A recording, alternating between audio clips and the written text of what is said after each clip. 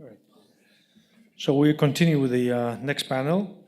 It's a fire chat conversation between Mr. Margaris from the Independent Power Transmission Operation. Mr. Manouchakis couldn't be able, to join us in a conversation with Mr. Alexandros Kostopoulos, General Secretary of our chamber. Alexandros, you. Thank you.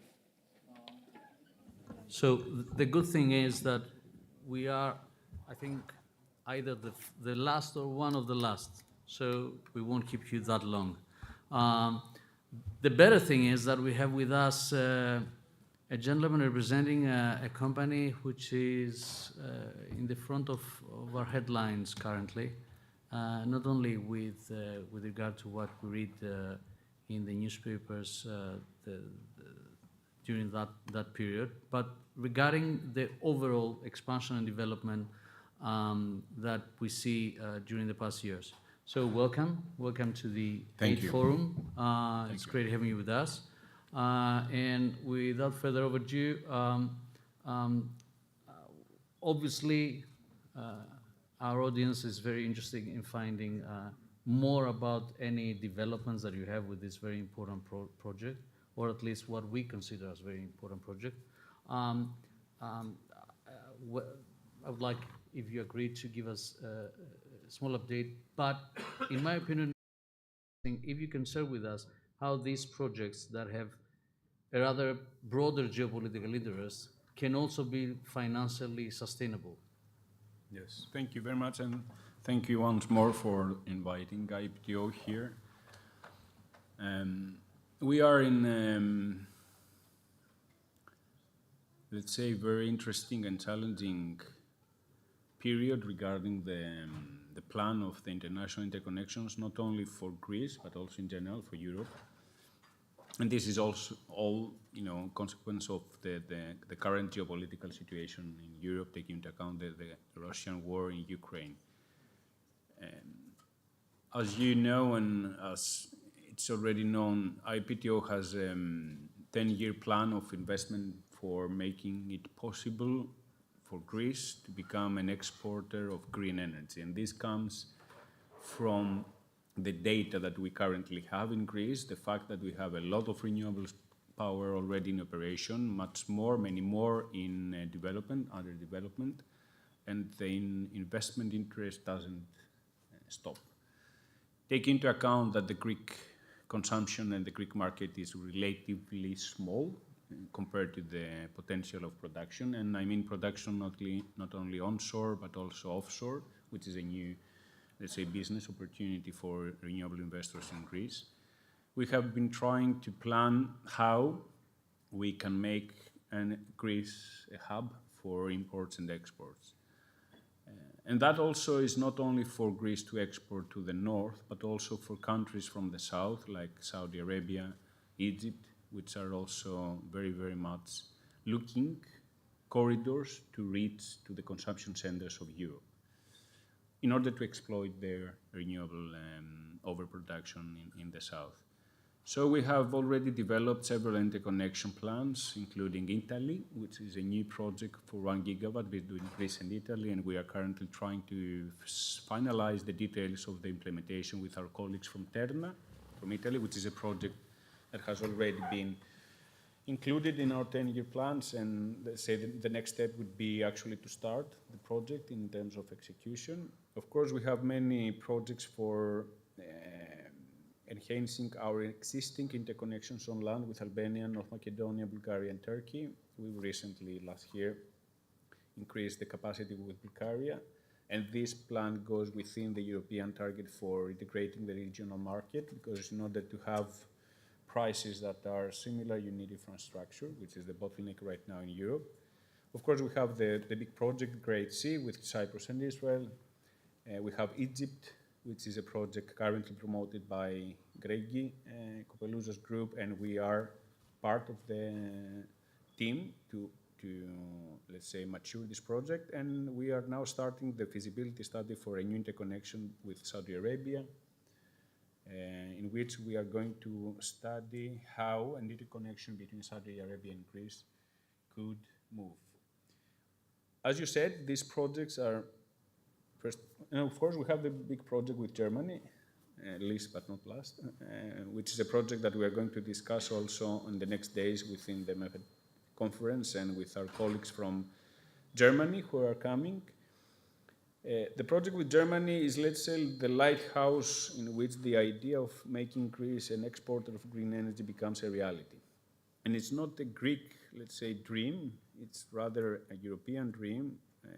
Probably you know there were many, many plans in the past for such interconnectors, but didn't move up to a point due to technology constraints and also regulatory framework constraints. Now Europe, after Russia, seems, and this is a true information we get from the European Commission when we discuss with them about funding possibilities for such big projects, that for Europe, in order to achieve the energy transition, you don't have many weapons in your hand. You have, of course, renewable energy, which is available. You have, or you try to have storage. You have, and you try to have hydrogen. But if you don't have the corridors to balance the power consumption and production, if you don't have the option of, let's say, making the best use of your resources in each location, your energy transition project will be always marginalized and will have a specific, let's say, limit. So for Greece, Germany, we have been trying, and we have recently managed to get a very, let's say, good cooperation framework with TenneT, which is the German TSO, but also within all the other TSOs in the route. Our project will go through the Adriatic Sea, land in, we'll see, Slovenia, Croatia, go through Austria and land in Germany. So to get to your question, of course, the geopolitical environment is a very crucial factor, and it's a prerequisite for such projects to move.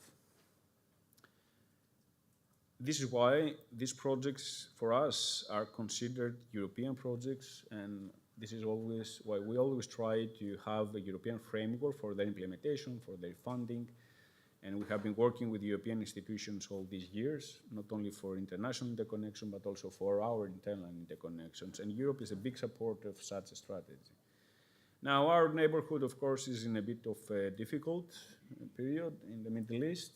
However, with all our partners in the area, in the Southeast Mediterranean and Israel, we have a very, let's say, solid understanding of the fact that the geopolitical crisis, of course, depends on other parameters, but such infrastructures and such investments that stakeholders from many countries that include industrial partners from around the world are one good way to help navigate through the geopolitical crisis in a, let's say, peaceful way and in a constructive way. Funding is always an issue, but until now we've not, let's say, faced this as the absolute barrier. I could say that the biggest barrier is most probably the permitting in every location, in every country. Germany has, suffered from permitting infrastructure projects within Germany. We have suffered in Greece for permitting new lines, new interconnections. And of course, the regulatory framework is another challenge that has to do not with the funding, but it's combined. But it's, let's say, a way of how to deal with the fact that in order to do the energy transition, you need to invest in the infrastructure. And in order to invest in the infrastructure, you need to have the consumers by your side who will understand the project and the plan and will support it in order to take rid of, the fossil area. We had, since early in the morning when we started the forum, we had indicatively, I mentioned Secretary Pyatt from Washington, we had Mr. Milonas from MBG, we had Mr. Stasis from PPC, we had Mrs. Duku. More or less everyone was stressing the fact that what we need from every stakeholder's point of view is a sense of stability. given your remarks, it comes to my mind, how can you plan those long-term projects when stability is so rare, if not available at all, especially with the volatility that we see, not only with regard to the geopolitical issues, but also with the fact that you're mentioning countries that have, in certain aspects, different business and political cultures. So how do you balance all these things? Yeah, there's no final answer to this question because it's not only because of the differences, let's say, in the environment of these countries. It's a challenge that all the TSOs face right now globally, but mostly in Europe, let's say. Planning in these conditions, which are, yes, conditions of, let's say, constant crisis, permanent crisis, it doesn't look like the planning that we were used to as organizations 10 and 20 years ago. But the reason for this perma-crisis is not only the geopolitical or the different countries. Climate change by itself is a parameter that cannot guarantee the stability you need in order to plan infrastructures long-term and so on. For example, we plan a new overhead line, and the climate conditions are changing so rapidly during the last 10, 20 years that when you actually reach the point to start the execution of the line, the conditions are completely different and you have to change, let's say, your technical specifications. But what we're trying to do is to work more closely with the community of the partners that are necessary for such infrastructures, for example, the vendors, the contractors, the companies, because the industry is in a bottleneck. There are so many projects in Europe that the current capacity of the vendors is not able to fulfill the need for new projects. So, for example, in the past, we would design a project by ourselves and call the industry to deliver. This is not going to work now. You have to start from day one, work together with the community of industrial partners, and not only industrial partners. You need the permitting authorities, you need local communities, you need the local authorities in order to support. And at the same time, you have to be agile during the execution, that yes, something might change on the way, and you need to be able to adjust. On the other hand, in order for this long-term infrastructure to be successful, you need a framework that can be stable and long-term. And this means, again, regulatory, permitting, and financial. And these have to be sustainable, yes, in an alignment. They have to be stable for sure, because otherwise no investor, not only us, but no other investor will ever join this journey. Europe has this plan, and when we discuss in Europe what are the challenges, we all say the same. It's human resources. We don't have the human capacity in Europe so that everyone makes their project successfully. We don't have the supply chain capacity for sure. And the permitting and framework in general needs to be more efficient and more rapid and so on. But until now, we've been successful in the sense of that we've managed in Europe to develop interconnections during the last years that if somebody asked you 20 years ago, you would find impossible. For example, in the North Sea, the offshore wind has produced a tremendous infrastructure, but also in our neighborhood. And the interconnections that we have managed to develop in our country, but also other Mediterranean countries, were not given 10 years ago. So it's a learning curve. The institutions are learning, the organizations are learning, the investors are becoming more easy to discuss with, given the parameters that are not given, and so everybody somehow starts to live in this perma-crisis, but makes it work in the end. One of the things that is very interesting to us is that at AmCham, whether we are here or whether we meet with members or investors in the States, we always get the feeling that the appetite is way larger than the available grid. And somehow I'm not sure whether it's totally correct. Everyone blames IPTO. Oh, really? I didn't know. So, is there a way somehow to enlarge the available grid so to Who says that, first of all? accommodate? Who blames I will IPTO? give you the names and the telephone numbers. No, But of course, the point it's is, a valid discussion. the, Yes. the point is how, since the appetite, the investor appetite is significant, and since we know that especially in North America, both in the United States and Canada, there is this tendency to look towards our country with a quite unique way. Um, can we find a way to accommodate more investments if they are solid and available as they Yeah. seem to are? I'm joking because this is the discussion during the last 3-4 years. Do we have the grid in Greece for the renewables that we want to do, and there is no enough grid, and so on? It ends up being sort of like the egg and the chicken in a way. Yes, but the actual situation is like this. As I said before, every country has a national energy plan. Okay, everybody needs a plan, as we said before, in order to know where we're going. Greece as a country, based on the European targets, we have targets for 2030, 2050. And these targets include renewables, hydro, traditional power production, energy efficiency, storage, recently, and so on.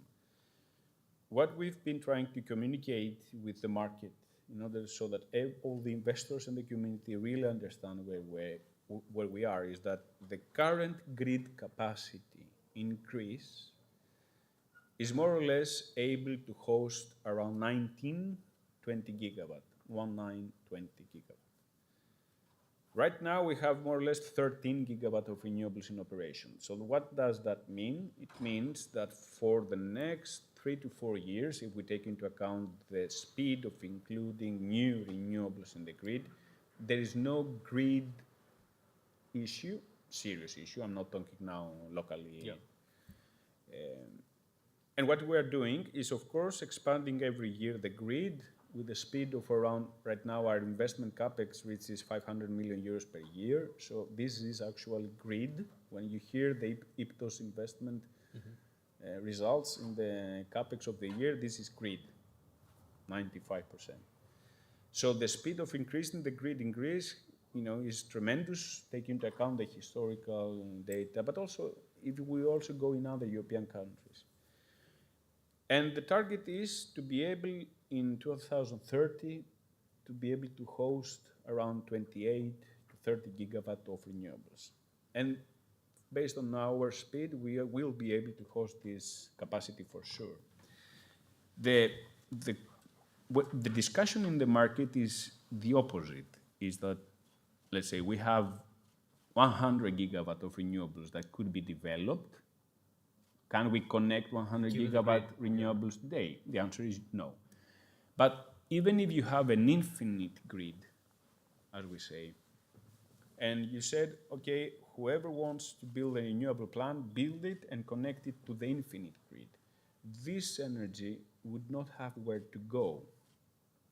Because as we said before, you need corridors to send the energy somewhere, because your consumption as a country, as a consumer, is not high enough. So what you can do there? Storage, Your interconnections, and hydrogen.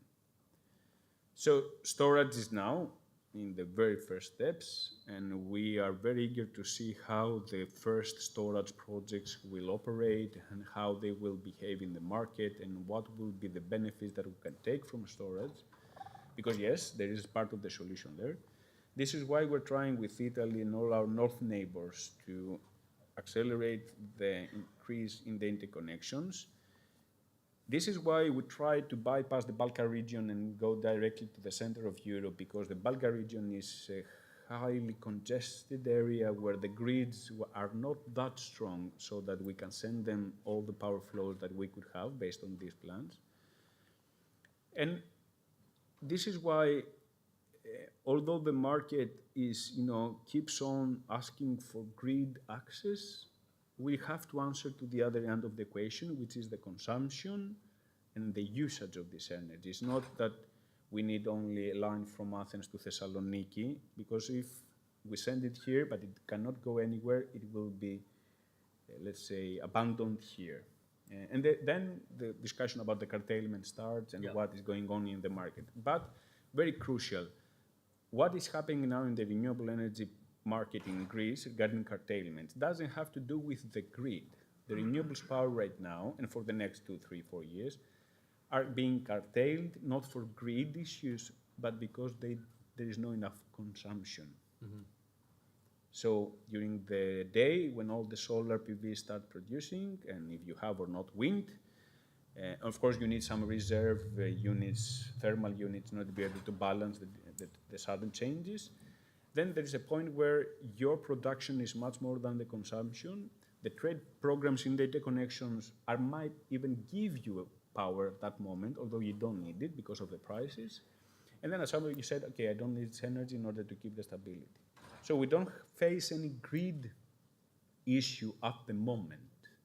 What we have to do is make sure that we will not have a serious grid issue in the next 5 years. And this is why we are working with the government in order to change the framework for permitting, in order to change the framework for human resources, as we said, in order to attract people, engineers from Europe. And of course, regarding supply chain, we have been trying with our suppliers to have long-term contracts so that we have them there, sure for us, waiting for us, and when we need a new cable, that we can have it and not wait 5 or 10 years. All those amazing development plans that you outlined with the interconnections, with the storage, all these issues, do you see space for American companies to participate, invest, be suppliers, be vendors, be whatever you want to call them? Yes. Or do you feel like in other cases that the US companies are a little bit more difficult to work either with regard to cost and availability? No, I would say the opposite, that we would be much more eager to work with US companies than we currently do. But what we've seen is that there is also a very rapid demand increase in the US market for equipment and projects that it might be not that easy for them to join. We've been trying to increase our supply chain constantly because, as I said before, the capacity is not there, especially for cables and converter stations and high voltage DC technology. But there are strong US companies that are in this supply chain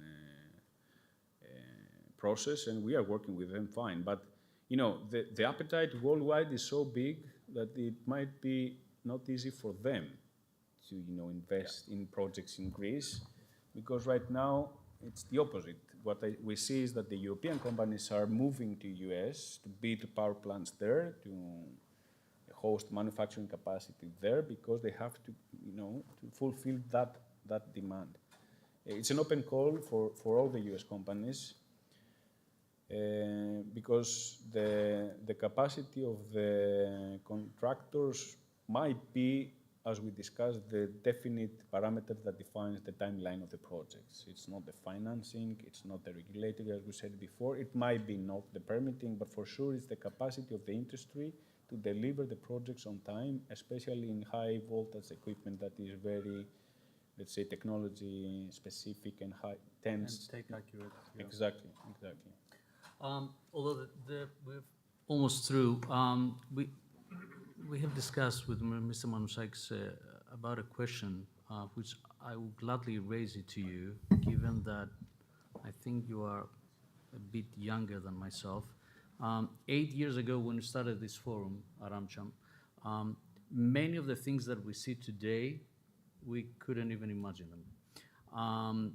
Given that I'm with the AmCham more than 15 years, I can tell you that even before this forum, we were listening to that narrative about Greece becoming the energy hub and all these things that most of the times the politicians are saying them with eager. Do you think that we are currently in a position that actually these things can happen? I mean, we see amazing things from companies like you, like BBC, from private companies, from your private companies as well, but with other companies as well. We see developments and investments and things that happen that create a multiplier effect for the broader economy to actually change our economic and production model. Do you see that do you feel that we are in a sort of a perfect alignment of things that we can actually become all that we can become? I would like to ask you the same question and hear your feedback.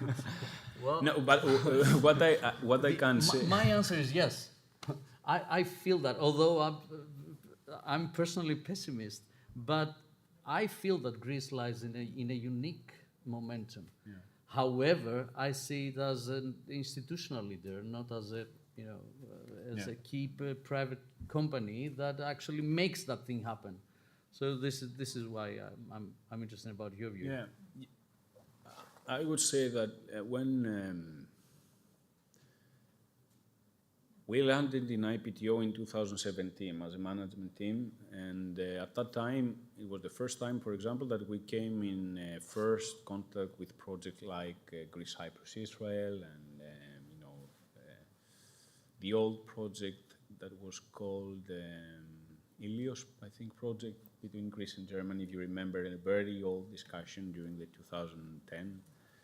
Well, as as an American company, we tend to overlook things with Germany. Yes, correct. So as an engineer, we, not me personally, but also in general, the engineering community, we were very, very reluctant when we were, listening these kind of projects. And I remember we were going at some meetings in New York to discuss about a global grid, and there are organizations around the world that are trying to, since 20, 30 years, to push the global grid idea where you have not only the internet, but also the electricity grid in place and so on.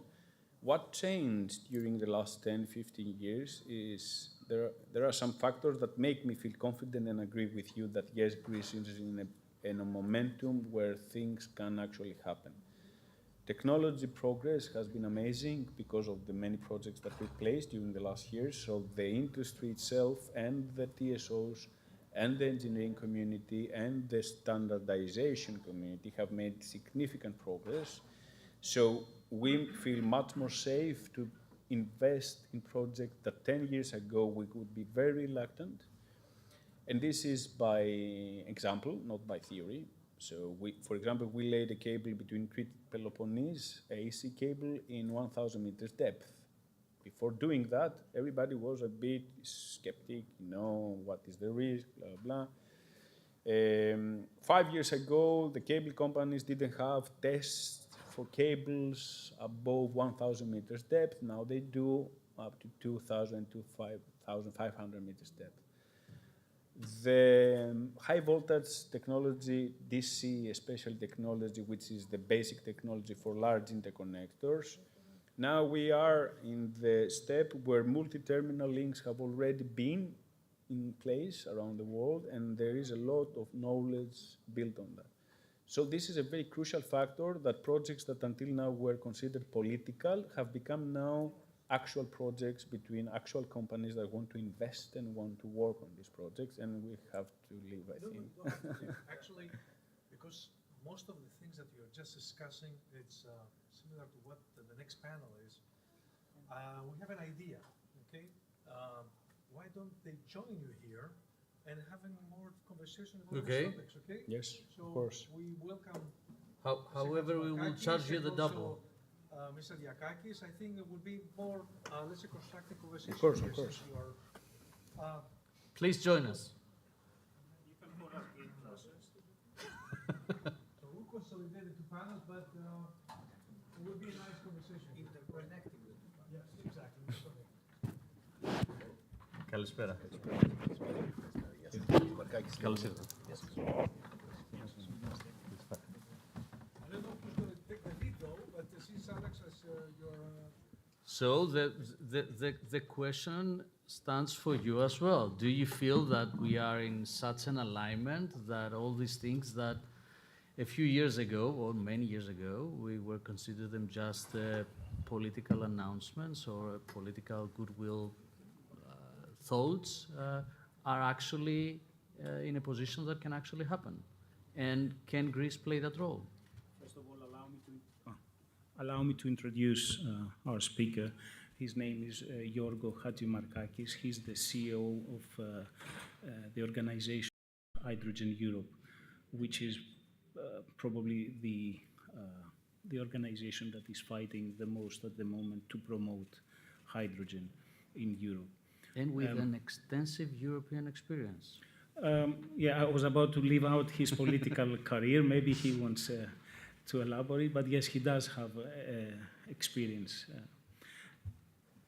To rephrase a little bit your question, because the topic of our session would have been green shipping. There is a concern at the moment about how ready the hydrogen infrastructure, which in a large extent is related to the transmission capacity, how soon can you see this market being able to satisfy the necessity for a bunkering fuel of hydrogen? So obviously I will start with Mr. Hatzimarkakis, but I would be happy to hear the view of the transmission operator. Well, many thanks for the invitation, and indeed the question you just raised, Ilios, was highly political. We all remember, and I was exposed myself as a German, Greek-German into this supposedly German-Greek fight, which was not a fight between two countries. It was an attack on the euro, but unfortunately Europeans need this human thing. There is a fight between the two. I was fighting that time for the European idea and to understand we need to defend ourselves. But Ilios was also driven by a lot of technology ignorance. And today, I mean, we are here at DEF, we are here at a place where Germany is the partner country this year. Why don't we take their experience? Because I think it's quite interesting to look into their experience. Vice Chancellor and Energy Minister Habeck is here in that building today. And he has set up a broad and strong hydrogen agenda. Although he comes from a party, Green Party, that was clearly against hydrogen in mobility, in many fields, because they are focused on electrons, no molecules. But he is. Why? I'll give you one number. Germany last year had in their power production 40% of renewables. It's cool. It's good. For a highly industrial country, it's good. This year we see no growth because the energy prices are high. Why are they so high? You talked about curtailment. The curtailment and grid management costs in Germany have risen to 11 billion euro last year. So within 23, Germany has, I mean, you could say, spent money for nothing because it's grid congestion, curtailment. And that's way too high. The prediction for this year is 18 billion. So, to say one political thing, whoever says electrons more efficient, energy efficient than molecules, energy efficiency, yes. But we have to talk about costs. You saw the election results in Germany last week. You saw that for the first time since World War II, or say since 32, right extremists are very, very close to power. Why is it so? Because people don't want this anymore. Your colleagues in Germany say, stop renewables, because the price goes up and we cannot build the grid that fast as we need it in order to include, to digest the renewable energy we need. One number, one comparison, and then I come to shipping immediately, because Greece should not go the wrong way Germany went. Greece still has the chance to go the right way. If we would ramp up the grid in Germany to digest, to take 100% of renewables without grid congestion, the lowest number is 320 billion, 320 billion of euro. Other numbers say 450, but let's say 320. Mr. Habeck, the guy who is here in the building, the Vice Chancellor and the Energy Minister, he is the first one to set up a so-called core grid for hydrogen, the cost for the core grid to transport nearly the same amount of renewable energy in molecules, 20 billion. It's a small difference, a 300 billion difference. And here you see what we are just saying, and I say this clearly to Mr. Skylakakis, whom I know very well, who says, oh, whoa, hydrogen, very expensive. Look at the figures. Do the maths. It's simple. You cannot transport the amount of electrons that you want to transport with the grids we have. If you want to ramp up the grids, you need investments. Who has publicly this kind of money? Nobody. And that is why we need to balance out the costs. We say very simply, 2 infrastructures, cheaper than 1. And that applies for many, many things. So why is Greece in a very, very privileged position? Because of the shipping. Because the first way to use these molecules will be, of course, to transport them via ammonia, via methanol. There are several ways, because we also need to build up these pipelines and so on. And Greece is number 1 in Europe, and very possibly also number 1 in the world. So if we would go ahead and say, okay, we see, I'm traveling next week to India, high-level hydrogen conference, 3 days. We will see the establishment of the biggest hydrogen company, green hydrogen company in Saudi Arabia, not very well known so far. NEOM is very well known. This comes 29th of October, 9 o'clock in the morning. Mohammed bin Salman present. It's 5 times NEOM. It's 10 gigawatt of electrolysis, 40 gigawatt of renewables within the next 5 years. This is happening. And Greece is, so to say, in the midst of all this and has no hydrogen strategy. Greece has not a hydrogen strategy. I cannot understand that. And this is why I'm here. And this is why I would like to say the hydrogen basically aspect could be easily played in countries like Greece if you take this and go. And Mrs. von der Leyen would be happy to see her friend Kyriakos Mitsotakis to take the lead. Does the IPTO have a hydrogen strategy? Well, we've been trying during the last 2-3 years to really assess what is going on in the hydrogen world, because we are not directly, let's say, in the hydrogen world, and we've been trying with partners from the industry to understand their understanding of the maturity and of the scale that hydrogen could be exploitable in the next, let's say, 5 years, 10 years, 15 years. And we are still in this, let's say, assessment of trying to see how much should we count on hydrogen for the next 5 to 10 years. Very recently, we've been starting to think how we, as TSO of Greece, could think the option of getting more active in the hydrogen development in terms of infrastructure, rather than that having only hydrogen as another asset that could be connected to us or not, but trying to be, let's say, more in this. However, and I will be very honest, because we are really not experts in hydrogen, I don't have a firm answer of how much should we count on for hydrogen in the next 5 years, 10 years, in terms of what is the scale. We've seen many risks being discussed. We've seen many risks being discussed in the community regarding the equipment, the vendors, and the whole discussion about West and East options of technology and how that will play. And of course, are there gonna be specific markets for hydrogen on the local level, or are we discussing of large-scale, projects that could be in place, in operation in 5 or 10 years? When we plan grids, we are doomed. We have to plan 10 years ahead at least. All these interconnections, we start now in order to deliver them in 10 years. I would be happy as engineer, but also as a European, if hydrogen would come faster than expected, and even if it would have to disrupt our business model. But I don't have the data right now to feel safe and plan as TSO, because we are responsible for the energy security. So when we plan, we have to promise to the society that you will have the electricity you need at any moment, 24/7, 365 days. If somebody gives me an estimation on hydrogen for 2030, I would have to take some, let's say, backup plan.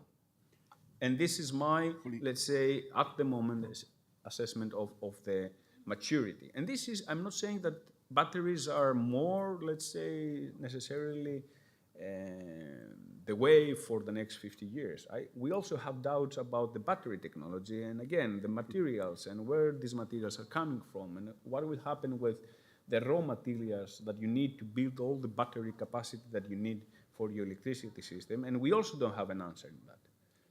So hydrogen for us is, let's say, the good thing that we hope it will come, and at the same time, we're also trying to get into more in depth and see how we, based on our technology, let's say, knowledge and capacity, how we can help the infrastructure develop. And I'm really honest and open. And Absolutely understood. Hope is good, but not enough. We have some numbers. We would like to share all these numbers. And by the way, you always have in new markets chicken and egg dilemmata, right? So, of course, you can ask, where are the markets? Maybe you have seen Volvo has yesterday announced no pure battery anymore, like Ford did 3 weeks ago. Huh? At the same time, Toyota and BMW yesterday announced a hydrogen car. Very, very small, numbers, but doesn't matter. You see the tendency goes battery, doubts, hydrogen, hope. You put it quite right. We have the numbers. We can support you with the numbers, but we also need, I'm very clear here, political leadership. Kyriakos Mitsotakis is open. Huh? So in talks, he's very open, but he has these bunch of people around him, also in Greece, telling no. I could tell you names. I mentioned already the name of the minister. And this is difficult, because if you delay, then the projects will go elsewhere. The projects will come. I remember Mohammed bin Salman being here at Mr. Prime Minister's office, press conference, saying, we, Saudi Arabia, want to make you, Greece, the hub of green hydrogen. I think Greece was quite surprised at that time. Why us? Because geographically, no country is benefiting from the situation like Greece would be, and all these investments will take place. So it's not too late, and I'm happy to discuss, but bits and pieces will do the job in the end. So one clear strategy is needed, but also bits and pieces. Ipovricha, the submarine, hydrogen. Huh? So it's one small, but it's a clear client. You will see they skipped yesterday, this week, they skipped in Germany this catenary trucks. They skipped it. So it's catenary, electricity, because it would be yet another burden for the grid. That's something we could do. We could look into trucks. And of course, shipping. That's the expertise here. Minas has the expertise. Shipping is Greece. Just to supplement your comment, one of the reasons that Greece could play a role is the fact that it has the technology know-how on how to transport gas. A large number of ship owners have experience in transporting liquefied natural gas. And most probably at the beginning, hydrogen, probably produced in Saudi Arabia. I know you cannot elaborate at the moment, but you promised that soon we will hear some big news. Most of the hydrogen produced in the Middle East area will have to be transported. By definition, Greece is the entry point in Europe for distance reasons. So, yes, the fifth corridor, we have to say that the European Union has identified 5 corridors. So the fifth corridor, or the first one, could be Greece. Nevertheless, it's not my role to talk here, it's Mr. Hatzimarkakis, so I would like to make a second question. Technologically or politically, we can identify what has to be done. But at the end of the day, there is a necessity to finance those projects. And recently, the Hydrogen Bank was announced. I believe the initial amount was around 3 billion euros. So I would like you to inform us about what such a bank focusing on hydrogen investments that could possibly assist the transmission system and the shipping and the port infrastructure could be utilized in a country like Greece with such a dependency on shipping routes. I would like to shift this into three different sources, Hydrogen Bank. So the Hydrogen Bank has already started. One more angle. Consider us ignorant. Okay. Hydrogen Bank has been announced by Ursula von der Leyen as a personal proposal. Not many people knew about that. And you know how it is. If the boss says something and the others don't know, they need to come up with a proposal. So what they did quite fast, they came up with the first tender, 800 million. Just today, the cabinet is preparing the second tender because the first one led to too many Chinese electrolyzers. I say it openly, too many Chinese electrolyzers. And now the second tender will be a little bit more local content, safety, and so on. And that's why what we discussed with the Commission. However, this 3 billion will be reserved for production capacity, mainly electrolyzers in Europe. But we need to help the TSOs. We need to ramp up the grid. This is yet another possibility. We need to create a crowding in mechanism for private money. We cannot find enough public funds to also build up the power grids. So what the European Commission is doing at the moment, and hydrogen is a good example, is to set up funds that a billionaire who would be taxed by this G20 initiative will not be taxed if he invests into that fund. He will get more than he would be taxed in any case if it's not risky. If it's risky, he might win, he might lose. But we are setting up this, and Global Gateway, you might have heard that, the European answer to the Silk Street of the Chinese, is a global instrument to do this, including ports, because the grids, power, but also molecule grids are one thing, but the ports globally will be a very, very important basis for the global hydrogen trade. And this is exactly where the new European Commission, with our help, we are trying to support, is building up that funding mechanism to support global infrastructure, but to crowd in private money. The third thing is the production abroad. So what if the Saudi Arabian green hydrogen production wants to come into Europe? There we have, as a third layer, national schemes. The most well-known is H2 Global, the German scheme. Mr. Habeck is basically the godfather of this. It's 4.3 billion earmarked money for hydrogen imports from Chile, from South Africa, or from Saudi Arabia outside Europe. And these are the three different elements of a hydrogen bank. So you see, 3 billion will not be enough. I believe the target is to produce 10 million tons per year in Europe, and that concerns obviously the transmission system operators, but import another 10 million. So I guess this is why ports are considered. For which you also need the IPTO. Or the... It would, if I may answer this question, I think it will increase the capacity. The fact that hydrogen will be imported will increase the renewable electricity production. Correct me if I'm wrong. I have to be very honest about these targets. The targets were basically elaborated 2020 when we were before the Ukrainian issue, and everything was normal. I think we have to adjust these 10 million tons produced in Europe and the 10 million tons imported.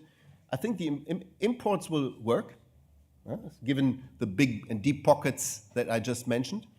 The local production will have a problem because we have delays due to inflation caused by the Ukrainian war.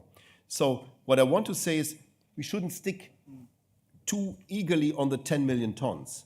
What we see is the contribution that hydro will play to balancing out the energy transition. I mentioned the German figures. The figures are too high. We cannot afford to pay all this.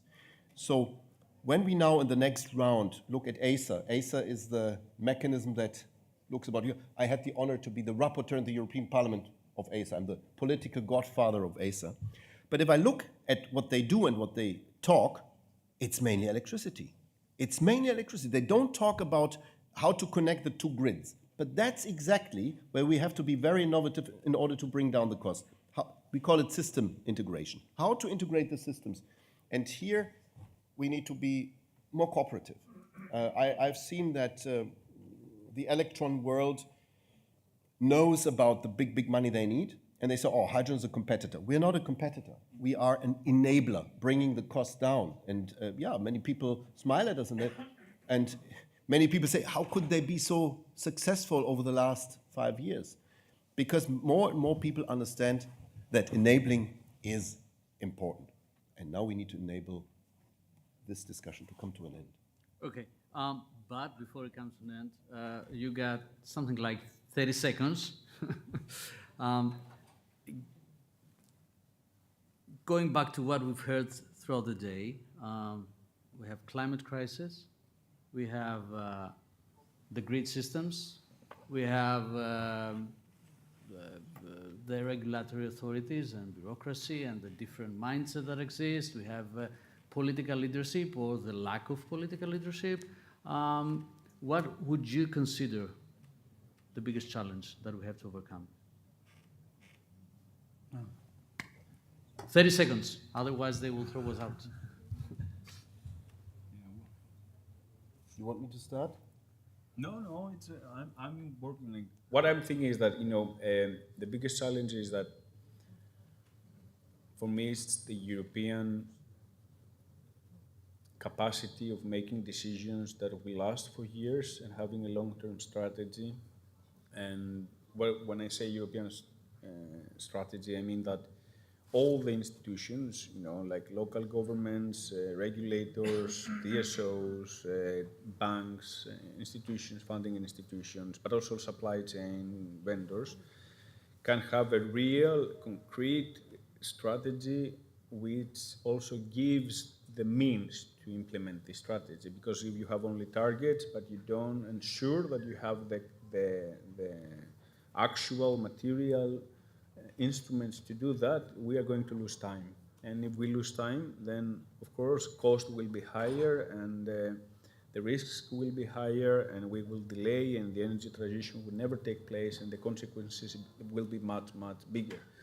So I think that the Russian crisis is an opportunity for Europe to really enter the new game at much more concrete and fact-based, as Mr.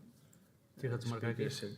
Well, it's a European-American setting, so if I would say make Europe great again, it would be misunderstood. But what I think is we need European patriotism, and the European Green Deal, which was quite successful in words and in legislation, needs to be turned into a green and clean industrial deal. We need to see that this doesn't lead only to climate ideas, but to jobs and to competitiveness, and to combine both, and to be proud as Europeans to protect our own electrolyzer or whatsoever fuel cell production. This is what needs to be done with clear leadership. I fully agree. We are up for it. Thank you so much, gentlemen. Thank you.